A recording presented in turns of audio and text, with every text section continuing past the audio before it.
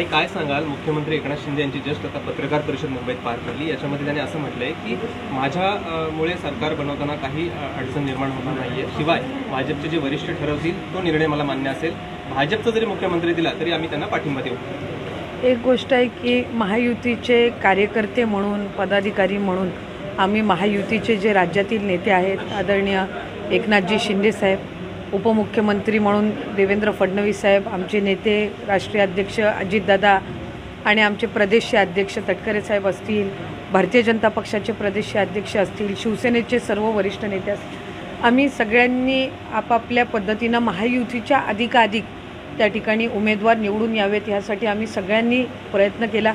जिथे जिथे राष्ट्रवादी काँग्रेस पक्षाचे उमेदवार होते, म्हणजे अजितदादांच्या नेतृत्वाखालचे, तिथं भारतीय जनता पक्ष असेल, शिवसेना असेल, RPI असेल, महायुतीचे घटक असतील, त्यांनी काम केलं। जिथं शिवसेनेचे होते तिथं राष्ट्रवादीचे कार्यकर्ते, भारतीय जनता पक्षाचे कार्यकर्ते, RPIचे कार्यकर्ते, मित्र पक्षाचे कार्यकर्त्यांनी काम केलं। आणि जिथं भारतीय जनता पक्षाचे आमदार असतील तिथं शिवसेना, राष्ट्रवादी, RPI आम्ही सगळ्यांनी मिळून काम केलं।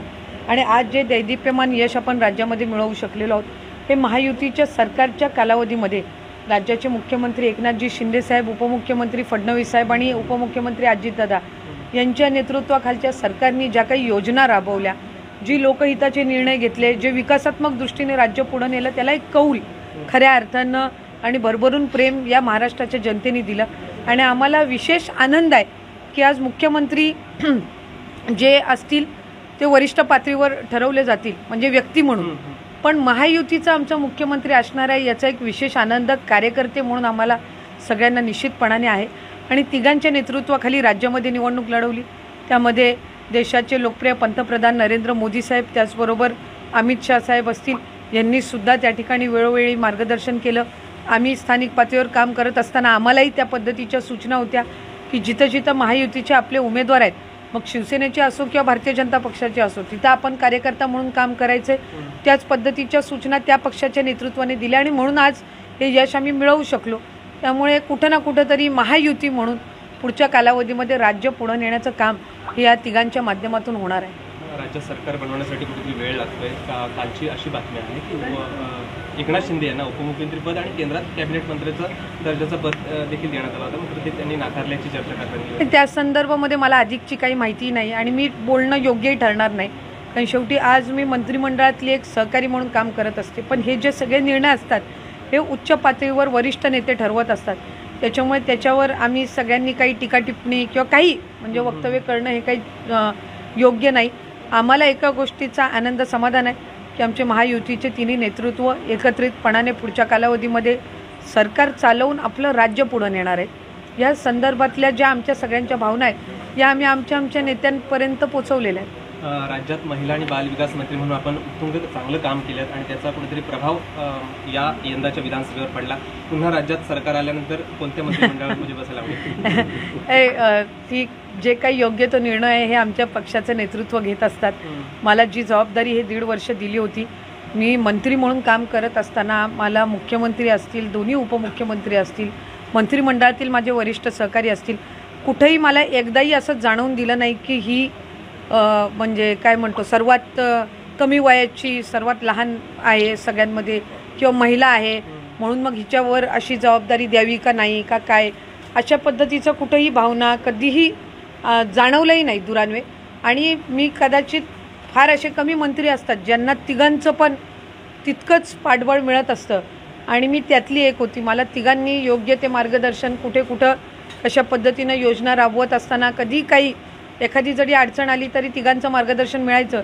आणि मी स्वतःला भाग्यशाली समजते की या 5 वर्षाच्या कालावधीमध्ये मला राज्यमंत्री, पालकमंत्री म्हणून पहिल्या 2.5-3 वर्षात काम करता आलं, पण ह्या 1-1.5 वर्षात जी काही मुभा काम करण्याची या तिघांनी मला दिली, जे काही मार्गदर्शन त्यांनी दिलं, जी संधी दिली, राज्यातली आत्तापर्यंतची सर्वात महत्त्वाकांक्षी आणि मोठी योजना मला या माझ्या महिला व बालविकास विभागाकडून राबवता आली, याचा एक विशेष आनंद, समाधान निश्चितपणाने आहे। आणि आज जर त्याचे सकारात्मक पडसाद महिलांमध्ये दिसत असतील तर त्याचा एक वेगळा अभिमान सुद्धा आहे। थँक्यू।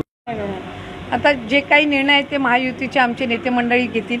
साधारणपणे हा जिल्हा पुढे नेण्याच्या दृष्टिकोनातून आम्ही सगळेच जण एकत्रितपणाने काम करणार आहोत, कारण ज्याच्यावर जी काही जबाबदारी आहे ती त्यानुसार त्यांचे वरिष्ठ नेते जे आहेत ते ठरवतील आणि आमच्यावर देतीलच.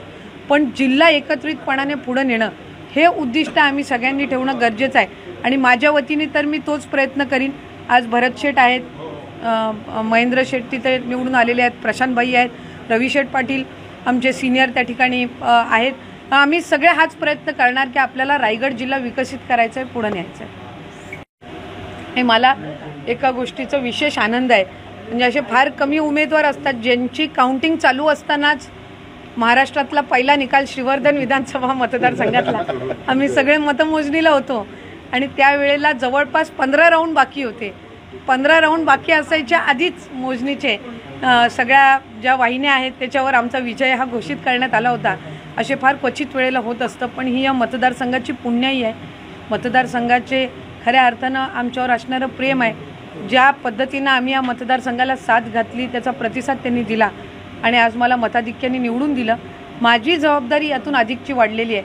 प्रत्येक राऊंडमध्ये जसा लीड वाढत होता तशी आपली जबाबदारी वाढत चाललेली आहे असा एक आवाज त्या निमित्ताने होत होता. त्यामुळे अजून हा मतदारसंघ विकसित करण्याच्या दृष्टिकोनातून महायुतीचे आमचे सर्व जे घटक पक्ष आहेत त्यांना सगळ्यांना एकत्रितपणाने घेऊन विकासाच्या मुद्द्यावर आम्ही पुढे सुद्धा इथं काम करत राहणार.